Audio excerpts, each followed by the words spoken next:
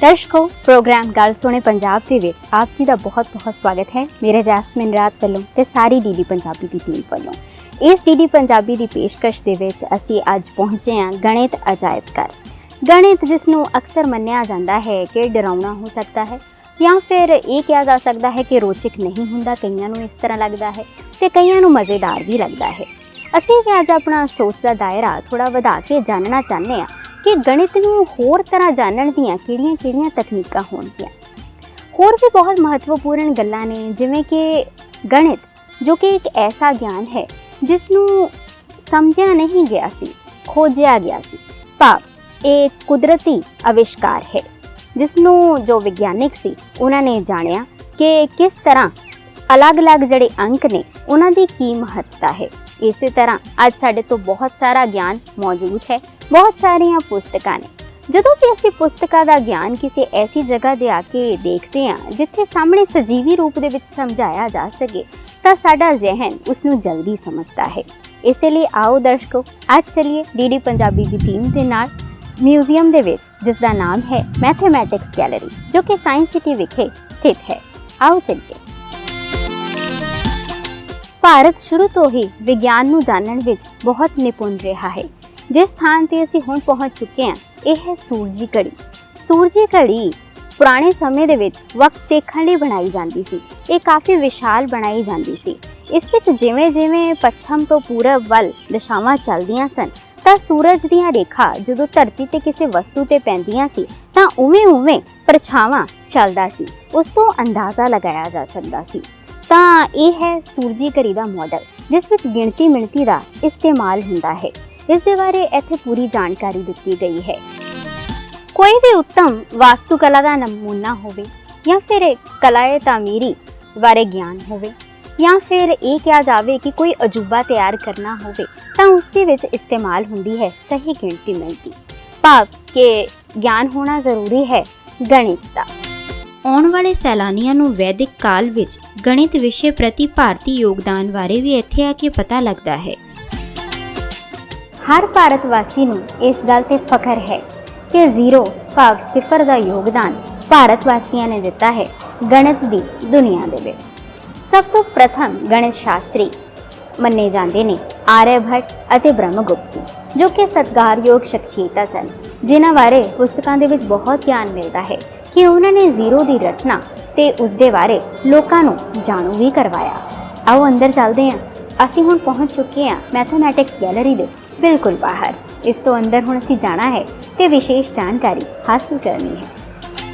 Kapurthala Pushpa Gujral science city विखे गणित gallery गणित की शानदार दुनिया साडे रोजाना जीवन विच इस दे उपयोगां नूं उजागर करती है। एंट्री करते ही दर्शकों नज़र पैंदी है खूबसूरत ज्योमैट्रिकल प्रिंट्स ते। ज्योमैट्री एक तरह के नाल गणित दे विच ही आउंदी है। ज्योमैट्री की गिणती मिणती पुरातन समय दे विच जदों सिखाई जाती सी तां गणित शास्त्रियों के द्वारा बहुत अध्ययन किया जाता सी। आओ एंट्री करते हैं दर्शकों। एंट्री करन तो बाद असीं अगे जाना है। समतल अते वक्र सतहां दी ज्योमैट्री, ठोस ज्योमैट्री अते कोनिक्स गणित का हिस्सा हैं। सब तो पहला आउंदे तुहानूं ये भाग दिखाई दिंदा है जिथे जो भारतीय महान गणित शास्त्री ने उन्हां दे मॉडल ने। जिउं-जिउं तुसीं इस नूं घुमाउंदे जांदे हो तां जिस मॉडल ते लाइट पैंदी है उन्हां बारे जानकारी उपर दित्ती जांदी है। इस नूं आर्टिफिशियल इंटैलीजेंस दे नाल बहुत ही वधिया बनाया गया है। इत्थे प्रसिद्ध गणित शास्त्रियों बारे जानकारी मिलती है। बहुत हैरानी वाली गल है कि कई देश ऐसे भी ने जिवें कि चाइना, इजिप्ट, जिस दे विच जीरो शामिल नहीं है उन्हां दे गणित दे विच। जदों गिणती मिणती करते हैं तां जीरो नूं आम तौर पर शामिल नहीं करते, उस दे विच उसका वजूद ही नहीं है। लेकिन इंजीनियरिंग की दुनिया दे विच जदों बाइनरी नंबर्स बारे गलबात हुंदी है, कंप्यूटर के बनतर दे विच या कंप्यूटर की भाषा नूं समझण वास्ते जीरो का बहुत महत्वपूर्ण स्थान है। इत्थे एक डिजिटल प्लेटफॉर्म बनाया गया है। जिद्दां ही इस नूं क्लिक किया जाता है तां एके बन जाते हैं। ये बाइनरी लैंग्वेज है जिसनूं 8 अंकां का बनाया जाता है। थीमैटिक कैनवस विच संख्यावां, संख्या सिद्धांत, स्थिति संबंधी संख्या प्रणालियां दा भी इत्थे संखेप वर्णन है। ਜ਼ਿਆਦਾਤਰ ਇੰਟਰੈਕਟਿਵ ਪ੍ਰਦਰਸ਼ਨੀਆਂ ਅਤੇ ਗ੍ਰਾਫਿਕਲ ਚਿੱਤਰਾਂ ਦੁਆਰਾ ਸਮਰਥ ਇਹ ਗੈਲਰੀ ਪ੍ਰਭਾਵਸ਼ਾਲੀ ਢੰਗ ਦੇ ਨਾਲ ਇੱਕ ਗਣਿਤ ਪ੍ਰਯੋਗਸ਼ਾਲਾ ਵਜੋਂ ਕੰਮ ਕਰਦੀ ਹੈ। ਇੱਥੇ ਬਹੁਤ ਹੀ ਜ਼ਿਆਦਾ ਦਿਲਚਸਪ ਚੀਜ਼ ਸਮਝ ਆਉਂਦੀ ਹੈ। ਹਰ ਇੱਕ ਦਾ ਦ੍ਰਿਸ਼ਟੀਕੋਣ ਅਲੱਗ ਹੁੰਦਾ ਹੈ। ਸਾਡੀ ਨਜ਼ਰਾਂ ਦੀ ਦ੍ਰਿਸ਼ਟੀ ਵੀ ਅਲੱਗ-ਅਲੱਗ ਹੁੰਦੀ ਹੈ। ਕੀ ਤੁਹਾਨੂੰ ਵੀ ਇਸੇ ਤਰ੍ਹਾਂ ਲੱਗ ਰਿਹਾ ਹੈ ਦਰਸ਼ਕੋ ਕਿ ਇਹ ਜੋ ਨੀਚੇ ਵਾਲੀ ਗੁਲਾਬੀ ਵਾਲੀ ਲਾਈਨ ਹੈ ਤੇ ਆ ਜਿਹੜੀ ਉੱਪਰ ਵਾਲੀ ਗੁਲਾਬੀ ਰੇਖਾ ਹੈ, ਇਹ ਅਲੱਗ-ਅਲੱਗ ਇਹਨਾਂ ਦੀ ਬਣਤਰ ਹੈ ਜਾਂ ਅਲੱਗ-ਅਲੱਗ ਗਿਣਤੀ ਬਣਦੀ ਹੈ? ਮੈਨੂੰ ਤਾਂ ਇਸ ਤਰ੍ਹਾਂ ਹੀ ਲੱਗਾ ਸੀ, ਲੇਕਿਨ ਅਚੰਭਿਤ ਹੈ ਕਿ ਇਸ ਤਰ੍ਹਾਂ ਨਹੀਂ ਹੈ। ਦੇਖੋ, ਇਹ ਸਕੇਲ ਜਿਸ ਦੀ ਇੱਕੋ ਹੀ ਗਿਣਤੀ ਮਿਲਦੀ ਹੈ, ਇਹਨੂੰ ਜਦੋਂ ਇੱਥੇ ਰੱਖਿਆ ਜਾਂਦਾ ਹੈ ਤਾਂ ਵੀ ਇਸ ਦਾ ਜੋ ਆਕਾਰ ਬਣਦਾ ਹੈ ਉਹੀ ਇੱਥੇ ਦਾ ਆਕਾਰ ਹੈ ਨਾ? ਬਹੁਤ ਹੀ ਦਿਲਚਸਪ ਗੱਲ। ਗਣਿਤ ਦੇ ਸੰਕਲਪਾਂ ਨੂੰ ਸਰਲ ਤਰੀਕੇ ਨਾਲ ਪੇਸ਼ ਕਰਨ ਅਤੇ ਮਾਡਲਾਂ ਕਾਰਜਸ਼ੀਲ ਪ੍ਰਦਰਸ਼ਨੀਆਂ ਰਾਹੀਂ ਆਨੰਦਦਾਇਕ ਸਿੱਖਣ ਦੇ ਅਨੁਭਵ ਪ੍ਰਦਾਨ ਕਰਨ ਦੀ ਕੋਸ਼ਿਸ਼ ਹੈ ਇਹ ਥਾਂ। ਕਾਰਟੂਨਾਂ ਦੀ ਦੁਨੀਆ ਬੱਚਿਆਂ ਨੂੰ ਬਹੁਤ ਹੀ ਜ਼ਿਆਦਾ ਰੋਚਕ ਲੱਗਦੀ ਹੈ। ਸ਼ਾਇਦ ਇਸੇ ਲਈ ਇੱਥੇ ਆਰਟੀਫੀਸ਼ੀਅਲ ਇੰਟੈਲੀਜੈਂਸ ਦਾ ਇਸਤੇਮਾਲ ਕਰਕੇ ਗਣਿਤ ਨੂੰ ਸਮਝਾਉਣ ਦਾ ਇੱਕ ਸਰੋਤ ਬਣਾਇਆ ਗਿਆ ਹੈ। ਜਿਵੇਂ ਹੀ ਤੁਸੀਂ ਸਕਰੀਨ ਦੇ ਵੱਲ ਦੇਖਦੇ ਹੋ, ਇੱਥੇ ਸੈਂਸਰ ਲੱਗੇ ਨੇ। ਜਿਵੇਂ ਹੀ ਇੱਥੇ ਗਿਣਤੀ ਵੱਧਦੀ ਜਾਏਗੀ, ਉਵੇਂ ਹੀ ਮਛਲੀਆਂ ਦੀ ਗਿਣਤੀ ਵੀ ਇੱਥੇ ਵੱਧ ਜਾਂਦੀ ਹੈ। ਇਸੇ ਤਰ੍ਹਾਂ ਹੀ ਸਾਰੀ ਗਿਣਤੀ ਚੱਲਦੀ ਰਹਿੰਦੀ ਹੈ, 10, 20, 30 ਆਦਿ। ਹੈ ਨਾ ਬਹੁਤ ਹੀ ਜ਼ਿਆਦਾ ਰੋਚਕ ਤੇ ਮਜ਼ੇਦਾਰ। ਗੁਣਾ, ਘਟਾਓ, ਜਮਾ ਤੇ ਵਿਭਾਜਨ, ਇਹ ਸਾਰੀਆਂ ਤਕਨੀਕਾਂ ਅਸੀਂ ਛੋਟੇ ਹੁੰਦੇ ਹੀ ਆਪਣੇ ਸਕੂਲਾਂ ਦੇ ਵਿੱਚ ਸਿੱਖ ਲੈਂਦੇ ਹਾਂ, ਲੇਕਿਨ ਬੱਚਿਆਂ ਦੇ ਵਾਸਤੇ ਪਹਿਲਾਂ ਇਸ ਨੂੰ ਸਮਝਣਾ ਥੋੜਾ ਔਖਾ ਹੁੰਦਾ ਹੈ। ਇਸੇ ਕਾਰਨ ਇੱਥੇ ਇੱਕ ਚੌਕੌਰ ਦੇ ਵਿੱਚ ਬਲੌਕ ਲਗਾਏ ਗਏ ਨੇ। ਜਿਵੇਂ ਹੀ ਇਹਨਾਂ ਨੂੰ ਇੱਕ ਦੂਸਰੇ ਤੋਂ ਵੱਖਰਾ ਕੀਤਾ ਜਾਂਦਾ ਹੈ, ਇਹ ਇੱਕ ਰੈਕਟੈਂਗਲ ਦੀ ਸ਼ੇਪ ਲੈ ਲੈਂਦੇ ਨੇ। ਇਹ ਇੱਕ ਤਰ੍ਹਾਂ ਦਾ ਤਰੀਕਾ ਵੀ ਹੈ ਕਿ ਜਿਵੇਂ ਇੱਕ ਖੇਤਰ ਦਾ ਏਰੀਆ ਲੱਭਣਾ, ਉਸ ਦੇ ਵਿੱਚ ਵੀ ਇਸ ਦਾ ਇਸਤੇਮਾਲ ਹੁੰਦਾ ਹੈ। ਤੇ ਹੁਣ ਜਿੱਥੇ ਅਸੀਂ ਪਹੁੰਚ ਚੁੱਕੇ ਹਾਂ, ਇੱਥੇ ਹੈ ਜਮਾ ਕਰਨਾ। ਫਿਰ ਇੱਥੇ ਇੱਕ ਅਲੱਗ-ਅਲੱਗ ਚੌਕੌਰ ਬਣਾਏ ਗਏ ਨੇ, ਜਿਨ੍ਹਾਂ ਨੂੰ ਘਟਾਉਣ ਵਾਸਤੇ ਜਦ ਤੁਸੀਂ ਇਸ ਤਰ੍ਹਾਂ ਕਰ ਦਿੰਦੇ ਹੋ ਤਾਂ ਇੱਥੋਂ ਸਮਝ ਲੱਗ ਜਾਂਦਾ ਹੈ ਕਿ ਇਹ ਹਿੱਸਾ ਹੁਣ ਪੂਰਨ ਹਿੱਸੇ ਦਾ ਭਾਗ ਨਹੀਂ ਰਿਹਾ। ਇਹ ਇੱਕ ਤਰ੍ਹਾਂ ਦਾ ਪਜ਼ਲ ਜਾਪਦੇ ਹਨ, ਜਿਨ੍ਹਾਂ ਨੂੰ ਵੱਖ-ਵੱਖ ਕਰਨ ਤੋਂ ਬਾਅਦ ਤੁਸੀਂ ਆਪਣੀ ਸੂਝ-ਬੂਝ ਦੇ ਨਾਲ ਇਹ ਸੋਚ ਸਕਦੇ ਹੋ ਕਿ ਕਿਵੇਂ ਇਹਨਾਂ ਨੂੰ ਇਕੱਠ ਕੀਤਾ ਜਾਏ ਦੁਬਾਰਾ। ਆਓ ਕੋਸ਼ਿਸ਼ ਕਰਦੇ ਹਾਂ ਦਰਸ਼ਕੋ। ਸ਼ਾਇਦ ਇਹ ਵਾਲਾ ਹਿੱਸਾ ਇਸ ਦੇ ਉੱਪਰ ਇਸ ਤਰ੍ਹਾਂ ਆਏਗਾ। ਦੇਖਣ ਨੂੰ ਤਾਂ ਇਹ ਬਹੁਤ ਹੀ ਸੌਖਾ ਜਾਪਦਾ ਹੈ, ਪਰ ਅਸਲ ਦੇ ਵਿੱਚ ਇਹ ਇੱਕ ਤਕਨੀਕ ਹੈ ਕਿ ਕਿਵੇਂ ਤੁਸੀਂ ਇਸ ਨੂੰ ਇੱਕ ਤੋਂ ਇੱਕ ਬਾਅਦ ਜੋੜੋ ਕਿ ਕੋਈ ਵੀ ਗੈਪ ਨਾ ਆਵੇ।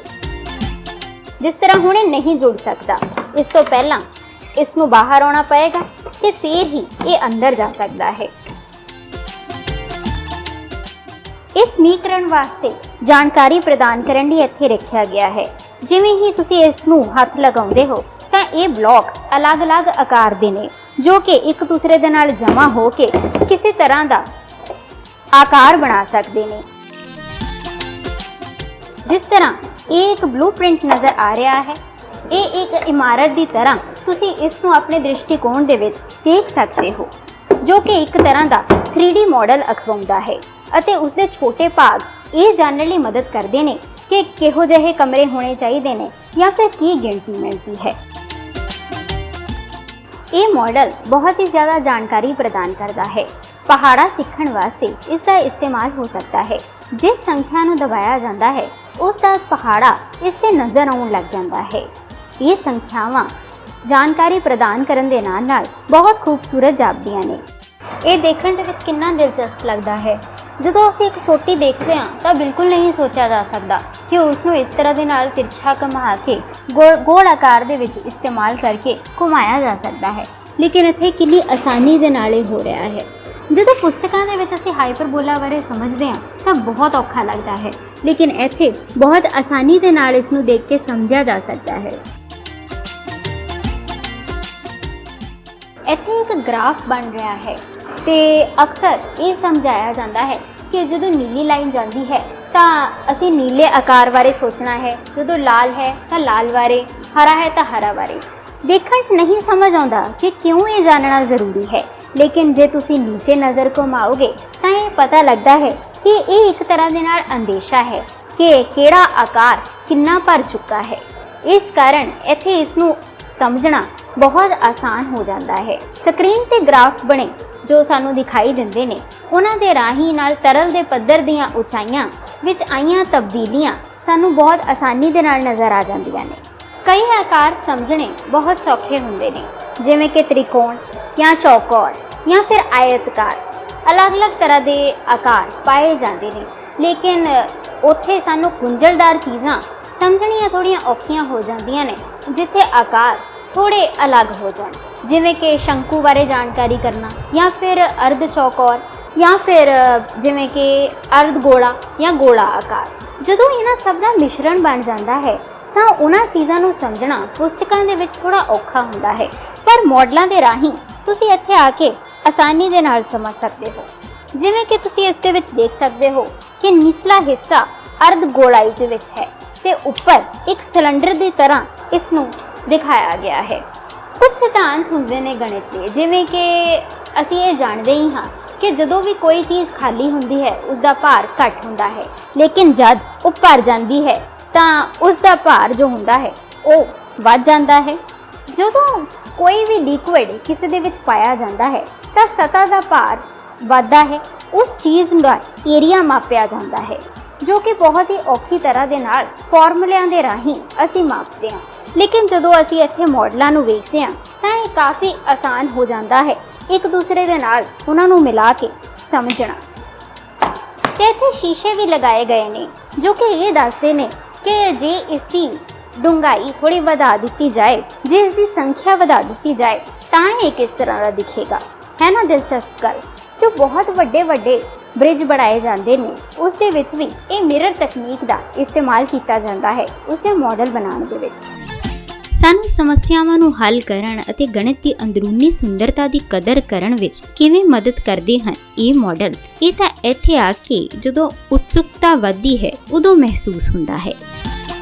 ਦਿਲਚਸਪ ਤਕਨੀਕ ਹੁੰਦੀ ਹੈ ਜਦੋਂ ਬਚਪਨ ਦੇ ਵਿੱਚ ਅਸੀਂ ਗੱਤੇ ਕੱਟ ਕੇ ਅਲੱਗ-ਅਲੱਗ ਆਕਾਰ ਬਣਾਉਂਦੇ ਹਾਂ, ਜਾਂ ਫਿਰ ਜਦੋਂ ਅਸੀਂ ਕਿਸੇ ਜਾਦੂਗਰ ਨੂੰ ਵੇਖਣ ਪਹੁੰਚਦੇ ਹਾਂ ਤਾਂ ਉਹ ਛੋਟੀ ਚੀਜ਼ ਤੋਂ ਵੱਡੀ, ਵੱਡੀ ਤੋਂ ਛੋਟੀ ਬਣਾ ਦਿੰਦਾ ਹੈ।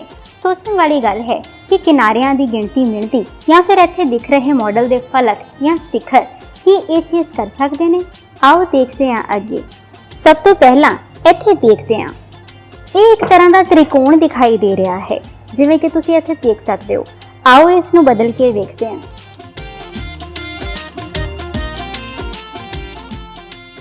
ਇਹ 2D ਤੋਂ 3D ਹੋ ਗਿਆ ਤੇ ਇਸ ਦੇ ਨਾਲ ਹੀ ਇਸ ਦਾ ਨਾਮ ਟੈਟਰਾਹੈਡਰਨ ਹੋ ਗਿਆ। ਇਸੇ ਤਰ੍ਹਾਂ ਹੀ ਗਣਿਤ ਦੀ ਭਾਸ਼ਾ ਦੇ ਵਿੱਚ ਜਦੋਂ ਕਿਨਾਰੇ, ਫਲਕ, ਸਿਖਰ ਇਹਨਾਂ ਦੀ ਗਿਣਤੀ ਵੱਖ-ਵੱਖ ਹੋ ਜਾਂਦੀ ਹੈ ਤਾਂ ਨਾਮ ਵੀ ਬਦਲ ਜਾਂਦੇ ਨੇ। ਇੱਥੇ ਸਮਝਣਾ ਬਹੁਤ ਹੀ ਜ਼ਿਆਦਾ ਆਸਾਨ ਹੈ ਤੇ ਦਿਲਚਸਪ ਹੈ। ਦਰਸ਼ਕੋ, ਕੀ ਤੁਹਾਨੂੰ ਆਵਾਜ਼ ਦੇ ਵਿੱਚ ਫਰਕ ਨਜ਼ਰ ਆਇਆ? ਹਰ ਸਟ੍ਰਿੰਗ ਨੂੰ ਜਦੋਂ ਤੁਸੀਂ ਛੂੰਹਦੇ ਹੋ ਤਾਂ ਅਲੱਗ ਧੁਨੀ ਨਿਕਲਦੀ ਹੈ। ਹਾਂ, ਇਹ ਸੰਗੀਤ ਦੇ ਨਾਲ ਸੁਰਮਈ ਗਣਿਤ ਅਖਵਾਉਂਦਾ ਹੈ, ਕਿਉਂਕਿ ਇਸ ਦੇ ਵਿੱਚ ਗਿਣਤੀ ਹੁੰਦੀ ਹੈ ਫ੍ਰੀਕੁਐਂਸੀ ਦੀ, ਕਿ ਜਦੋਂ ਤੁਸੀਂ ਜਿੰਨੀ ਜ਼ੋਰ ਦੀ ਸਟ੍ਰਿੰਗ ਮਾਰੋਗੇ ਉਨੀ ਹੀ ਜ਼ਿਆਦਾ ਉੱਚੀ ਆਵਾਜ਼ ਨਿਕਲੇਗੀ, ਜਾਂ ਫਿਰ ਤੁਸੀਂ ਜੇ ਇਸ ਐਂਗਲ ਤੋਂ ਮਾਰੋਗੇ ਤਾਂ ਅਲੱਗ-ਅਲੱਗ ਤਰ੍ਹਾਂ ਦੀ ਆਵਾਜ਼ ਤੁਹਾਨੂੰ ਸੁਣਾਈ ਦੇਗੀ। ਇਹ ਸਾਰੀਆਂ ਚੀਜ਼ਾਂ ਗਣਿਤ ਅਖਵਾਉਂਦੀਆਂ ਨੇ। ਇਸ ਦੇ ਨਾਲ ਹੀ ਸੰਗੀਤ ਬਣਾਇਆ ਜਾਂਦਾ ਹੈ। ਇਹ ਬਹੁਤ ਹੀ ਜ਼ਿਆਦਾ ਮਜ਼ੇਦਾਰ ਢੰਗ ਦੇ ਨਾਲ ਦਿਖਾਇਆ ਗਿਆ ਹੈ ਤੇ ਨਾਲ ਹੀ ਉੱਪਰ ਇੱਕ ਟੇਬਲ ਵੀ ਬਣਾਇਆ ਗਿਆ ਹੈ, ਜਿਸ ਦੇ ਵਿੱਚ ਅਲੱਗ-ਅਲੱਗ ਸਰਗਮਾਂ ਨੂੰ ਆਸਾਨੀ ਦੇ ਨਾਲ ਤੁਸੀਂ ਸਮਝ ਸਕਦੇ ਹੋ ਕਿ ਉਹਨਾਂ ਦੀ ਰੇਸ਼ੋ ਕਿੰਨੀ ਹੈ, ਫ੍ਰੀਕੁਐਂਸੀ ਕਿੰਨੀ ਹੈ ਤੇ ਕਿੰਨੀ ਹਾਈਟ ਦੀ ਤੁਸੀਂ ਰੋਡ ਲਓਗੇ ਤਾਂ ਕਿਸ ਤਰ੍ਹਾਂ ਦੀ ਧੁਨ ਨਿਕਲੇਗੀ। ਇੱਥੇ ਐਲਿਪਸ ਦਾ ਆਕਾਰ ਦਿਖਾਇਆ ਗਿਆ ਹੈ। ਦੇਖਣ ਦੇ ਵਿੱਚ ਕਿੰਨਾ ਔਖਾ ਲੱਗਦਾ ਹੈ ਨਾ। ਬਹੁਤ ਸਾਰੀਆਂ ਰੇਖਾਵਾਂ ਨੇ, ਬਹੁਤ ਸਾਰੇ ਐਕਸਿਸ ਨੇ ਤੇ ਕੁਝ ਫਾਰਮੂਲੇ ਵੀ ਦਿੱਤੇ ਗਏ ਨੇ। ਆਓ ਉਸ ਮਾਡਲ ਦੇ ਰਾਹੀਂ ਸਮਝ ਕੇ ਵੇਖਦੇ ਹਾਂ ਕਿ ਸਾਨੂੰ ਇਹ ਆਸਾਨ ਲੱਗਦਾ ਹੈ ਕਿ ਨਹੀਂ। ਇਸ ਤੇ ਇੱਕ ਧਾਗਾ ਜੋੜਿਆ ਗਿਆ ਹੈ। ਇਸ ਨੂੰ ਅੰਡਾ ਆਕਾਰ ਬਣਾਇਆ ਗਿਆ ਹੈ, ਜੋ ਕਿ ਐਲਿਪਸ ਦਾ ਆਕਾਰ ਹੁੰਦਾ ਹੈ। ਜਿਉਂ-ਜਿਉਂ ਤੁਸੀਂ ਰੱਸੀ ਘੁਮਾਉਂਦੇ ਹੋ ਤੁਹਾਨੂੰ ਪਤਾ ਲੱਗਦਾ ਹੈ ਕਿ ਕਿਵੇਂ ਅੰਦਰ ਇੱਕ ਤ੍ਰਿਕੋਣ ਬਣਦਾ ਹੈ ਤੇ ਉਹ ਅਲੱਗ-ਅਲੱਗ ਬਣਤਰਾਂ ਦੇ ਨਾਲ ਅਲੱਗ-ਅਲੱਗ ਡਿਗਰੀ ਤੇ ਅਲੱਗ-ਅਲੱਗ ਐਂਕਰ ਤੇ ਕਿਸ ਤਰ੍ਹਾਂ ਨਾਲ ਦਿਖਾਈ ਦਿੰਦਾ ਹੈ। ਨਾਲ ਹੀ ਇੱਥੇ ਇੱਕ ਗੋਲਾ ਆਕਾਰ ਹੈ, ਜਿਸ ਦੇ ਅੰਦਰ ਜੋ ਵਾਇਰ ਪਾਈਆਂ ਗਈਆਂ ਨੇ ਉਹਨਾਂ ਦਾ ਆਕਾਰ ਬਿਲਕੁਲ ਨਹੀਂ ਬਦਲਦਾ, ਜੋ ਕਿ ਇਹ ਦਰਸਾਉਂਦਾ ਹੈ ਕਿ ਜਦੋਂ ਵੀ ਕੋਈ ਚੀਜ਼ ਗੋਲਾ ਆਕਾਰ ਹੁੰਦੀ ਹੈ ਉਸ ਦੇ ਅੰਦਰ ਬਣ ਰਹੇ ਐਂਗਲ ਅਲੱਗ ਹੁੰਦੇ ਨੇ ਤੇ ਇਸ ਤੋਂ ਉਲਟ ਗੋਲਾ ਆਕਾਰ ਚੀਜ਼ ਹਮੇਸ਼ਾ ਇੱਕੋ ਜਿਹੀ ਹੀ ਰਹਿੰਦੀ ਹੈ। ਇੱਥੇ ਸਾਈਕਲੋਇਡ ਦਾ ਮਾਡਲ ਬਣਾਇਆ ਗਿਆ ਹੈ। ਇਸ ਦੇ ਵਿੱਚ ਬਹੁਤ ਸਾਰੇ ਫਾਰਮੂਲੇ ਵੀ ਦਿਖਾਈ ਦੇ ਰਹੇ ਨੇ, ਜੋ ਕਿ ਗਣਿਤ ਸ਼ਾਸਤਰ ਦੇ ਵਿੱਚ ਇਹਨਾਂ ਦਾ ਅਧਿਐਨ ਕੀਤਾ ਜਾਂਦਾ ਹੈ। ਇੱਥੇ ਇੱਕ ਮਾਡਲ ਬਣਾਇਆ ਗਿਆ ਹੈ ਜੋ ਕਿ ਬਹੁਤ ਹੀ ਦਿਲਚਸਪ ਦਿਖਾਈ ਦਿੰਦਾ ਹੈ। ਸਾਈਕਲੋਇਡ ਵਕਰ ਦੀ ਲੰਬਾਈ ਇਸ ਨੂੰ ਬਣਾਉਣ ਵਾਲੇ ਚੱਕਰ ਦੇ ਵਿਆਸ ਦਾ 4 ਗੁਣਾ ਹੈ। ਇਸ ਦੇ ਅਧੀਨ ਆਉਂਦਾ ਖੇਤਰ ਇਸ ਨੂੰ ਬਣਾਉਣ ਵਾਲੇ ਚੱਕਰ ਦੇ ਖੇਤਰ ਦਾ 3 ਗੁਣਾ ਹੈ। ਇਹ ਅਧੀ ਚੱਕਰ ਅਤੇ ਰਿੰਗ ਮੇਲ ਹੈ। ਇਸ ਨੂੰ ਘੁਮਾਉਣ ਤੇ ਇਹ ਇੱਕ ਘੜੀ ਦੀ ਤਰ੍ਹਾਂ ਘੁੰਮਦਾ ਹੈ, ਜਿਸ ਦੇ ਨਾਲ ਇੱਕ ਲਾਈਨ ਦੇ ਉੱਤੇ ਇਹ ਘੁੰਮਦਾ ਰਹਿੰਦਾ ਹੈ। ਇਹ ਜੋ ਨੀਚੇ ਇੱਕ ਲਾਈਨ ਇਸ ਦੇ ਵਿੱਚ ਨਜ਼ਰ ਆ ਰਹੀ ਹੈ, ਇਹ ਸੇਬ ਦੇ ਆਕਾਰ ਦੇ ਵਿੱਚ ਹੈ ਤੇ ਇਸ ਤੋਂ ਉਲਟ ਇਹ ਜੋ ਘੜੀ ਇੱਥੇ ਘੁੰਮ ਰਹੀ ਹੈ, ਇਸ ਦਾ ਆਕਾਰ ਇਸ ਦੇ ਨਾਲੋਂ ਵੱਖਰਾ ਹੈ। ਇਹ ਜੋ ਘੜੀ ਦੇ ਵਿੱਚ ਤਕਨੀਕ ਇਸਤੇਮਾਲ ਕੀਤੀ ਜਾਂਦੀ ਹੈ, ਉਸ ਦੇ ਵਿੱਚ ਇਸਤੇਮਾਲ ਹੁੰਦਾ ਹੈ ਸਿੱਧੀ ਰੇਖਾ, ਪੈਰਾਬੋਲਾ, ਸਰਕਲ ਆਦਿ ਆਕਾਰ ਅਸੀਂ ਸਿੱਖੇ। ਲੇਕਿਨ ਇਹ ਸਵਾਲ ਉੱਠਦਾ ਹੈ ਅਕਸਰ ਕਿ ਇਹਨਾਂ ਦਾ ਪ੍ਰਯੋਗ ਕਿੱਥੇ ਹੁੰਦਾ ਹੋਏਗਾ ਜਦੋਂ ਇਹਨਾਂ ਦਾ ਇਕੱਠ ਬਣਦਾ ਹੋਏਗਾ। ਬ੍ਰਿਜਸਟੋ-ਕ੍ਰੋਨ ਸਾਈਕਲ ਇੱਕ ਐਸੀ ਹੀ ਮਾਡਲ ਹੈ। ਇਹ ਜੋ ਮਾਡਲ ਤੁਸੀਂ ਇੱਥੇ ਦਿਖਾਈ ਦੇ ਰਹੇ ਹੋ, ਇਹ ਦੱਸਦਾ ਹੈ ਕਿ ਗੁਰੂਤਾਕਰਸ਼ਣ ਪਲੱਸ ਰਗੜ ਬਲ ਇਸ ਤਰ੍ਹਾਂ ਦੀਆਂ ਚੀਜ਼ਾਂ ਹੁੰਦੀਆਂ ਨੇ ਜੋ ਕਿ ਜੇ ਟਰੈਕਸ ਲਗਾਏ ਜਾਣ ਤੇ ਇੱਕੋ ਸਮੇਂ ਤੇ ਗੱਡੀਆਂ ਨੂੰ ਛੱਡਿਆ ਜਾਏ ਤਾਂ ਵੀ ਇੱਕ ਗੱਡੀ ਸਭ ਤੋਂ ਤੇਜ਼ ਪਹੁੰਚੇਗੀ। ਇਹ ਜਿਹਾ ਇਹਨਾਂ ਕਾਰਨਾਂ ਕਰਕੇ ਹੀ ਹੁੰਦਾ ਹੈ। ਜਿਸ ਟਰੈਕ ਦੇ ਵਿੱਚ ਗੁਰੂਤਾਕਰਸ਼ਣ ਤੇ ਰਗੜ ਬਲ ਜ਼ਿਆਦਾ ਹੋਏਗਾ, ਜੋ ਕਿ ਇਹ ਸੈਂਟਰ ਵਾਲਾ ਹੈ, ਉਸ ਦੀ ਗੱਡੀ ਤੇਜ਼ ਪਹੁੰਚੇਗੀ। ਆਓ ਦੇਖਦੇ ਹਾਂ ਕਿ ਕਿਸ ਤਰ੍ਹਾਂ ਹੁੰਦਾ ਹੈ। ਇੱਥੇ ਮਾਡਲ ਬਣਾਇਆ ਗਿਆ ਹੈ।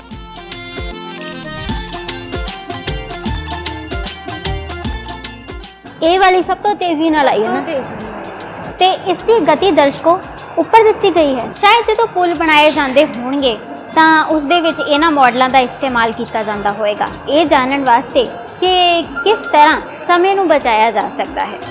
ਇੱਕ ਵੱਡੀ ਘੜੀ ਦੇ ਵਿੱਚ ਜਦੋਂ ਛੋਟੀਆਂ ਘੜੀਆਂ ਵੀ ਦਿਖਾਈ ਦਿੰਦੀਆਂ ਹਨ ਤਾਂ ਇਹ ਉਹੀ ਤਕਨੀਕ ਹੈ।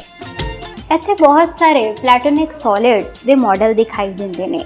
ਦਿਲਚਸਪ ਗੱਲ ਇਹ ਹੈ ਕਿ ਇਹਨਾਂ ਨੂੰ ਮਜ਼ੇਦਾਰ ਬਣਾਉਣ ਵਾਸਤੇ ਪਹਿਲਾਂ ਇਹਨਾਂ ਨੂੰ ਇਸ ਤਰ੍ਹਾਂ ਚਪਟੇ ਤਹਾਂ ਤੇ ਬਣਾਇਆ ਗਿਆ ਹੈ। ਉਸ ਤੋਂ ਬਾਅਦ ਇਹ ਰਾਜ਼ ਖੁੱਲਦਾ ਹੈ ਕਿ ਇਸ ਤੋਂ ਕੀ ਬਣੇਗਾ। ਹੈ ਨਾ ਮਜ਼ੇਦਾਰ ਗੱਲ। ਆਓ ਵੇਖਦੇ ਹਾਂ ਕਿ ਇੱਥੇ ਜੋ ਮਾਡਲ ਦਿਖਾਈ ਦੇ ਰਿਹਾ ਹੈ, ਇਸ ਤੋਂ ਅਸੀਂ ਕੀ ਬਣਾ ਸਕਦੇ ਹਾਂ। ਇਹ ਇਸ ਦਾ ਅੱਧਾ ਹਿੱਸਾ ਬਣ ਚੁੱਕਾ ਹੈ ਤੇ ਇਹ ਇਸ ਦਾ ਪੂਰਨ ਹਿੱਸਾ ਹੈ, ਲੇਕਿਨ ਇਹ ਨੀਚੇ ਸ਼ਾਇਦ ਮੇਖਾਂ ਦੇ ਨਾਲ ਜੜਿਆ ਹੋਇਆ ਹੈ। ਇਹ ਇੱਕ ਫੁੱਟਬਾਲ ਦੀ ਤਰ੍ਹਾਂ ਜਾਪ ਰਿਹਾ ਹੈ ਤੇ ਇਸ ਦਾ ਨਾਮ ਗਣਿਤ ਦੀ ਭਾਸ਼ਾ ਦੇ ਵਿੱਚ ਡੋਡੇਕੈਹੈਡਰੋਨ ਹੈ। ਇੱਥੇ ਵੀ ਇੱਕ ਆਕਾਰ ਹੈ ਜੋ ਕਿ ਇੱਕ ਚਪਟੀ ਸੜਕ ਦੀ ਤਰ੍ਹਾਂ ਦਿਖ ਰਿਹਾ ਹੈ। ਹਰ ਇੱਕ ਦਾ ਦ੍ਰਿਸ਼ਟੀਕੋਣ ਅਲੱਗ-ਅਲੱਗ ਹੁੰਦਾ ਹੈ। ਕਈਆਂ ਨੂੰ ਇਹ ਤਿਕੋਣ ਨਜ਼ਰ ਆਉਣਗੇ ਜੋ ਕਿ ਬਹੁਤਾਤ ਦੇ ਵਿੱਚ ਨੇ। ਆਓ ਵੇਖਦੇ ਹਾਂ ਕਿ ਇਹਨਾਂ ਦਾ ਇਕੱਠ ਕਿਹੋ ਜਿਹਾ ਦਿਖਾਈ ਦੇਗਾ। ਇਸ ਮਾਡਲ ਦਾ ਨਾਮ ਆਈਕੋਸਾਹੈਡਰੋਨ ਹੈ। ਬੜੀ ਹੈਰਾਨੀ ਵਾਲੀ ਗੱਲ ਹੈ ਕਿ ਇਹਨਾਂ ਦੀ ਮਿਣਤੀ ਨੂੰ ਕੁਝ ਇਸ ਤਰ੍ਹਾਂ ਦੇ ਨਾਲ ਬਣਾਇਆ ਗਿਆ ਹੈ ਕਿ ਹਰ ਹਿੱਸਾ ਉਸ ਦੀ ਜਗ੍ਹਾ ਤੇ ਹੀ ਜੁੜਦਾ ਹੈ। ਇਹ ਇਸ ਚੀਜ਼ ਨੂੰ ਜਾਣਨ ਵਾਸਤੇ ਵੀ ਸਾਨੂੰ ਸક્ષਮਤਾ ਪ੍ਰਦਾਨ ਕਰਦੀ ਹੈ ਕਿ ਜੇ ਥੋੜਾ ਵੀ ਗਿਣਤੀ ਮਿਣਤੀ ਦੇ ਵਿੱਚ ਗੈਪ ਰਹਿ ਗਿਆ ਤਾਂ ਆਕਾਰ ਨਹੀਂ ਬਣ ਪਾਏਗਾ, ਸਗੋਂ ਟਹਿ ਜਾਏਗਾ। ਇਹ ਹੈ ਔਕਟਾਹੈਡਰਨ। ਔਕਟਾ ਦਾ ਅਰਥ 8 ਹੁੰਦਾ ਹੈ। ਜਦੋਂ 8 ਕੋਨੇ ਬਣਦੇ ਨੇ ਹਰ ਚੀਜ਼ ਨੂੰ ਮਿਲਾ ਕੇ ਤਾਂ ਉਸ ਦਾ ਨਾਮ ਔਕਟਾਹੈਡਰਨ ਕਿਹਾ ਜਾਂਦਾ ਹੈ। ਇਹ ਇੱਕ ਟਰਾਂਸਫਾਰਮਰ ਦੀ ਤਰ੍ਹਾਂ ਵੀ ਜਾਪਦਾ ਹੈ।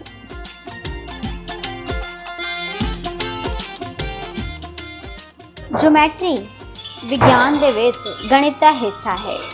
ਜਦੋਂ ਤੁਸੀਂ ਨੀਚੇ ਦੇਖ ਰਹੇ ਹੋ, ਆਓ ਦਰਸ਼ਕੋ ਨੀਚੇ ਦੇਖਦੇ ਹਾਂ। ਇਹ ਜੋ ਆਕਾਰ ਬਣਦਾ ਹੈ, ਇਸ ਦੇ ਬਾਰੇ ਕਿਹਾ ਜਾਂਦਾ ਹੈ ਕਿ ਇਹ ਜ਼ਿਆਦਾਤਰ ਬਹੁਤ ਸਾਰੇ ਐਸੇ ਆਕਾਰਾਂ ਦੇ ਵਿੱਚ ਮੌਜੂਦ ਹੈ ਜੋ ਕਿ ਪ੍ਰਸਿੱਧੀ ਪਾਉਂਦੇ ਨੇ, ਜਿਵੇਂ ਕਿ ਤਾਜ ਮਹਿਲ, ਜਿਵੇਂ ਕਿ ਮੋਨਾਲਿਸਾ ਦੀ ਪੇਂਟਿੰਗ, ਜਾਂ ਫਿਰ ਹੋਰ ਬਹੁਤ ਸਾਰੇ ਉਦਾਹਰਣ ਇੱਥੇ ਮਿਲ ਰਹੇ ਨੇ। ਇਸ ਆਕਾਰ ਨੂੰ 골ਡਨ ਰੇਸ਼ੋ ਕਿਹਾ ਜਾਂਦਾ ਹੈ। 골ਡਨ ਰੇਸ਼ੋ ਕੁਛ ਇਸ ਤਰ੍ਹਾਂ ਦੇ ਨਾਲ ਬਣਾਈ ਜਾਂਦੀ ਹੈ ਕਿ ਜਦੋਂ ਵੀ ਕਿਸੇ ਵੀ ਆਕਾਰ ਨੂੰ ਨਾਪਿਆ ਜਾਂਦਾ ਹੈ ਤਾਂ ਤੁਸੀਂ ਇੱਕ ਆਇਤਕਾਰ ਬਣਾ ਸਕਦੇ ਹੋ। ਉਸ ਦੇ ਵਿੱਚ ਕੁਛ ਇਸ ਤਰ੍ਹਾਂ ਦਾ ਇਹ ਚਿੰਨ੍ਹ ਬਣਾ ਕੇ ਵੇਖੋ। ਜੇ ਉਹ ਬਣਦਾ ਹੈ ਤਾਂ ਇਸ ਦਾ ਮਤਲਬ ਹੈ ਕਿ 골ਡਨ ਰੇਸ਼ੋ ਉਸ ਦੇ ਵਿੱਚ ਮੌਜੂਦ ਹੈ, ਜਿਸ ਨੂੰ 골ਡਨ ਸੁਨਹਿਰੀ ਅਨੁਪਾਤ ਆਖਿਆ ਜਾਂਦਾ ਹੈ। ਪਾਇਥਾਗੋਰਸ ਥਿਊਰਮ ਦੇ ਬਾਰੇ ਤਾਂ ਅਸੀਂ ਸਾਰਿਆਂ ਨੇ ਸੁਣਿਆ ਹੈ। ਇੱਥੇ ਉਸ ਦਾ ਐਕਸਟੈਂਸ਼ਨ ਹੈ ਜਿਸ ਨੂੰ ਪਾਇਥਾਗੋਰਸ ਥਿਊਰਮ ਫਲੂਟ ਕਿਹਾ ਜਾਂਦਾ ਹੈ। ਜਿਵੇਂ ਜਿਵੇਂ ਤੁਸੀਂ ਇਸ ਨੂੰ ਘੁਮਾਉਂਦੇ ਜਾਂਦੇ ਹੋ ਤਾਂ ਪਤਾ ਲੱਗਦਾ ਜਾਂਦਾ ਹੈ ਕਿ ਫਲੂਇਡ ਇਸ ਹਿੱਸੇ ਦੇ ਵਿੱਚ ਮੌਜੂਦ ਹੋ ਗਿਆ ਹੈ। ਹੁਣ ਇੱਥੇ ਇਸ ਦਾ ਫਾਰਮੂਲਾ ਵੀ ਲਿਖਿਆ ਗਿਆ ਹੈ। ਇਸ ਦੇ ਦੋ ਪੋਜੀਸ਼ਨ ਨੇ, ਇੱਕ ਪੋਜੀਸ਼ਨ A ਤੇ ਇੱਕ ਪੋਜੀਸ਼ਨ B।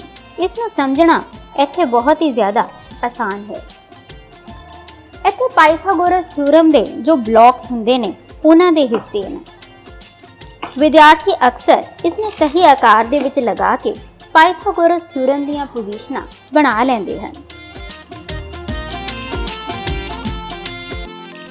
ਸਾਡੀ ਰੋਜ਼ਮर्रा ਦੀ ਜ਼ਿੰਦਗੀ ਦੇ ਵਿੱਚ ਕਿੰਨੀਆਂ ਚੀਜ਼ਾਂ ਹੁੰਦੀਆਂ ਹੋਣਗੀਆਂ ਜਿਨ੍ਹਾਂ ਵਿੱਚ ਤ੍ਰਿਕੋਣ ਛੁਪਿਆ ਹੋਇਆ ਹੈ। ਬਹੁਤ ਸਾਰੀਆਂ ਚੀਜ਼ਾਂ ਨੇ ਤੇ ਤ੍ਰਿਕੋਣ ਦੀ ਬਣਤਰ ਇੱਥੇ ਬਾਖੂਬੀ ਬਿਆਨ ਕੀਤੀ ਗਈ ਹੈ ਕਿ ਹਰ ਐਂਗਲ 60 ਡਿਗਰੀ ਦਾ ਬਣਾਇਆ ਗਿਆ ਹੈ।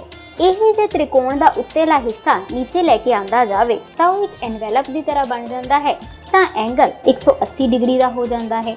ਇਹ ਤਾਂ ਹੋ ਗਿਆ ਸਾਹਿਤ ਦੇ ਵਿੱਚ ਸਾਨੂੰ ਗਿਆਨ ਮਿਲਦਾ ਹੈ। ਇੱਥੇ ਇਸ ਦੇ ਮਾਡਲ ਵੀ ਬਣਾਏ ਗਏ ਨੇ, ਜਿਵੇਂ ਕਿ ਇਹ ਇੱਕ ਐਨਵੈਲਪ ਦੀ ਤਰ੍ਹਾਂ ਜਾਪ ਰਿਹਾ ਹੈ। ਜੇ ਇੱਥੇ ਅਸੀਂ ਇਸ ਦੇ ਐਂਗਲ ਹਟਾ ਦੇਵਾਂਗੇ ਤਾਂ ਇਹ ਤ੍ਰਿਕੋਣ ਦੀ ਤਰ੍ਹਾਂ ਬਣ ਜਾਂਦਾ ਹੈ। ਇਸੇ ਤਰ੍ਹਾਂ ਹੀ 45 ਡਿਗਰੀ ਦਾ ਐਂਗਲ ਜੇ ਤੁਸੀਂ ਇਸ ਤਰ੍ਹਾਂ ਕਰ ਦੋਗੇ ਤਾਂ ਇਸ ਦੀ ਬਣਤਰ ਇਹਦੇ ਨਾਲੋਂ ਵੱਖਰੀ ਹੈ, ਕਿਉਂਕਿ ਐਂਗਲ ਵੱਖਰੇ ਨੇ। ਇੱਥੇ 60 ਡਿਗਰੀ ਦਾ ਹੈ, ਜਿਸ ਨੂੰ ਇਕੁਆਲੇਟਰਲ ਟ੍ਰਾਇੰਗਲ ਵੀ ਆਖਿਆ ਜਾਂਦਾ ਹੈ, ਜਿਸ ਦੀ ਬਣਤਰ ਸਭ ਪਾਸਿਓਂ ਇੱਕ ਜਿਹੀ ਹੀ ਹੁੰਦੀ ਹੈ।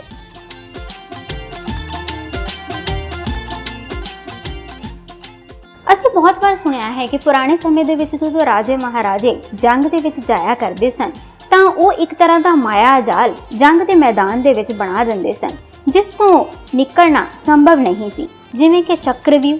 ਇਸੇ ਤਰ੍ਹਾਂ ਦਾ ਹੀ ਜਾਰਡਨਸ ਕਰਵ ਹੁੰਦਾ ਹੈ, ਜੋ ਕਿ ਇੱਕ ਐਸੀ ਕਰਵ ਹੈ ਜੋ ਕਿ ਦਿਖਾਈ ਤਾਂ ਦਿੰਦੀ ਹੈ ਕਿ ਕਦੀ ਨਾ ਕਦੀ ਇਸ ਦਾ ਰਸਤਾ ਲੱਭੇਗਾ, ਪਰ ਅਸਲ ਦੇ ਵਿੱਚ ਇਹ ਹਰ ਜਗ੍ਹਾ ਤੋਂ ਇੱਕ ਦੂਸਰੇ ਦੇ ਨਾਲ ਜੁੜੀ ਹੋਈ ਹੁੰਦੀ ਹੈ ਤੇ ਇਹ ਇਸ ਦੇ ਵੱਖਰੇ ਵੱਖਰੇ ਸਿਰੇ ਨੇ।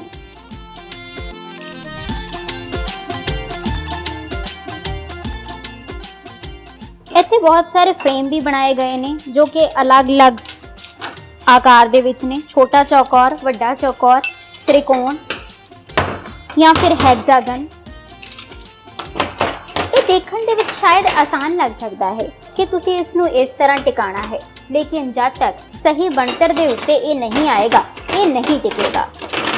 ਇਸ ਦੇ ਵਿੱਚ ਤੁਹਾਨੂੰ ਪੈਟਰਨ ਲੱਭਣਾ ਪਏਗਾ ਕਿ ਆਖਿਰਕਾਰ ਕਿਹੜੀ ਉਹ ਜਗ੍ਹਾ ਹੈ ਜਿੱਥੇ ਚੌਕੌਰ ਲੱਗ ਜਾਏਗਾ।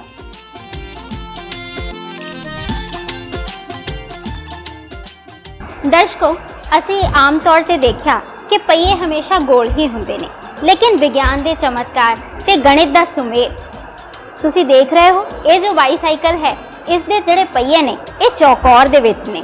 ਇਹ ਅੱਗੇ ਨੂੰ ਵੀ ਜਾਂਦਾ ਹੈ ਤੇ ਤੁਸੀਂ ਇਸ ਨੂੰ ਪਿੱਛੇ ਨੂੰ ਵੀ ਲੈ ਕੇ ਜਾ ਸਕਦੇ ਹੋ।